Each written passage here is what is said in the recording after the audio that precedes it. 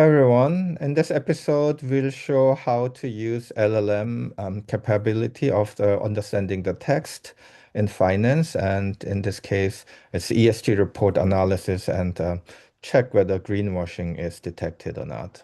Greenwashing is pretending to be caring for climate, but really doing nothing, something like that. Okay, let's go to the code and see what it can do. So again, we already know how to use LLM for text summarization and parsing. So it's just a big concept of what can be done, be glossing over. So here's an idea for there's reports on the ESG um, that companies file, and and here's a data set, I guess here we use is from S&P 500 firms, ESG sustainability reports data set from Kaggle. So you can download it. I already did and saved it on my Google Drive. So here we set up the Google Colab and have the libraries. And then here's the data set. It's a ticker, year, preprocessed contents, and then some scores. So, all right. Okay, so the E score, S score, G score, and total score, something like this. So they do give score, but there's also the content, what they're going to do. And what we'll do is that use the LLM to read the content and see whether it matches up with the score that was given. So, and one could just do basic summary statistics and the score here once we load the data, and then select some target companies. Here we pick two for sector. Okay, so there are the scores. And then extract the climate commitments with LLM. Okay, so we use the LLM to parse um,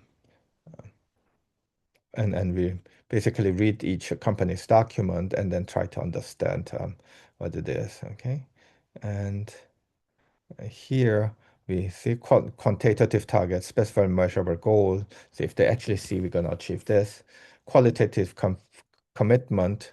Um, it's a direction, but not really giving a number, and then really vague, oh, we do care about the environment kind of thing, isn't it? So that's probably not as much credible. So we basically ask ChatGPT to um, um, categorize in these kind of bins how they work out, and basically run this LLM to do this. And here we get the score, okay, among the kind of ESG. So actually, it's probably easier to see it here. So for Exxon, vague aspiration is like this much, whereas the qualitative is here. So actually, not too many from Apple did some decent amount of quantitative targets, which is more credible, isn't it?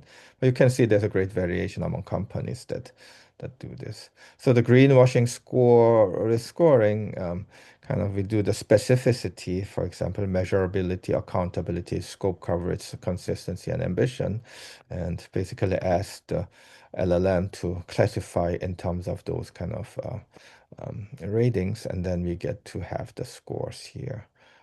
And visualize it. I guess it's probably here. So the greenwashing risk by company, what you can see is that Apple that had quantitative score is reasonably low, but some of the energy companies, for example, had a high score here. And you can see here from the specificity, sustainability, all these categories for these companies. And Apple probably stands out fairly decent. Okay. Examine the greenwashing flags and credibility strengths, and then you can have like all this kind of now verbal summarization done. Okay. And assessment, compare it against the ESG score in the data set. Of course, you can greenwashing risk and the scores and have it in a scatter plot. It is not perfectly lining up because but Apple is here in a fairly credible score, um, kind of here, isn't it? Yeah. And then cross-sector ESG quality comparison. So the quality of reporting is kind of different, isn't it? And you can see that the energy sector was a bit concerned. The tech sector was less so. And you can break down to by items here. And then the temporal, so you can compare across time, and you can see how companies credibility changed over time, um, and then generate a report based on it. So this is all what we have done. So you can generate report based on those kind of graphs. Okay. All right. So this was showing you an idea how to use the LLM for a project on ESG. Okay. Thank you for watching this episode.